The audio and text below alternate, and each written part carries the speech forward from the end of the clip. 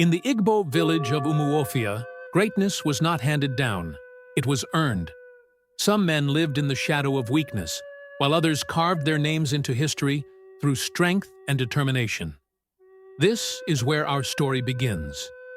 With Okonkwo, a man whose rise from nothing to fame was driven by one powerful force: the fear of failure.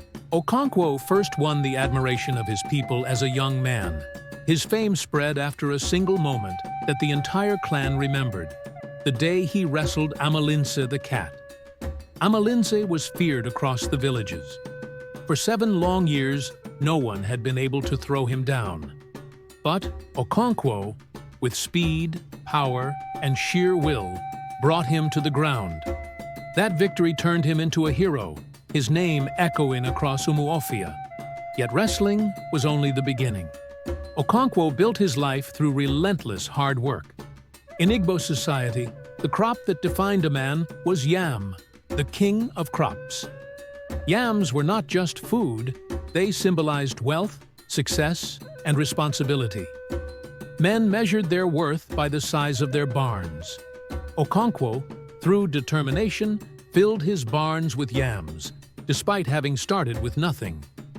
This achievement earned him respect, titles, and honor in the clan. But behind his success stood a painful truth. Okonkwo's father, Unoka, had been everything he despised. Unoka was gentle, cheerful, and loved music more than farming. He would sit under the trees playing his flute, while others worked in the fields. He borrowed money freely, but never repaid it, leaving his family poor and mocked. When Unoka died, he had no wealth, no titles, and no honor. In the eyes of the clan, he was a failure. Okonkwo hated this memory. He swore never to be like his father. To him, weakness and failure were unforgivable. This fear drove him to push harder than any man around him. Every success he achieved was a declaration. I am not Unoka, but it also hardened him, making him harsh toward anyone he thought resembled his father's softness. From the very first chapter, we see a man both admirable and tragic. Okonkwo's strength brought him honor, but his fear of weakness controlled his heart. To fully understand this opening, we must pause and consider the world Achebe paints. In Igbo culture, strength and honor were central. Wrestling matches were not just sport, they were public displays of courage.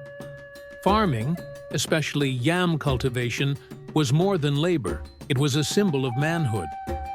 A man who could provide yams for his family and for others was considered a true leader. Unoka's failure, then, was not just personal. In Igbo society, to die without a title or wealth meant your name vanished without respect. It was a kind of social death.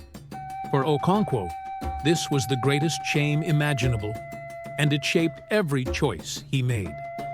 This cultural backdrop is vital to understanding why Okonkwo lived with such intensity. To us, Unoka may appear kind and free-spirited, but to the people of Umuofia, he was dishonorable. This clash between individual values and cultural expectations will echo throughout the story. Chapter 1 paints Okonkwo as strong, ambitious, and hardworking.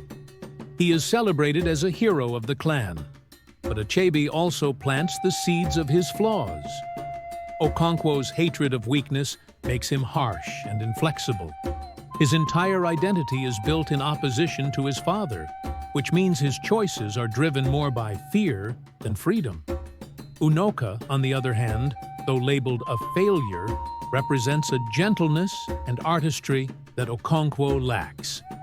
This contrast between father and son sets up a central tension in the novel: the balance between strength and humanity, tradition and individuality.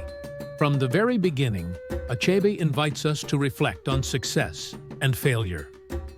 What does it mean to be strong?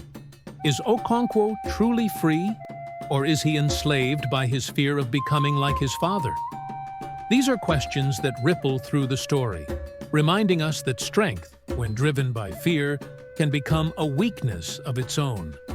And so the story begins with Okonkwo at the height of his reputation, a man admired, respected, and feared.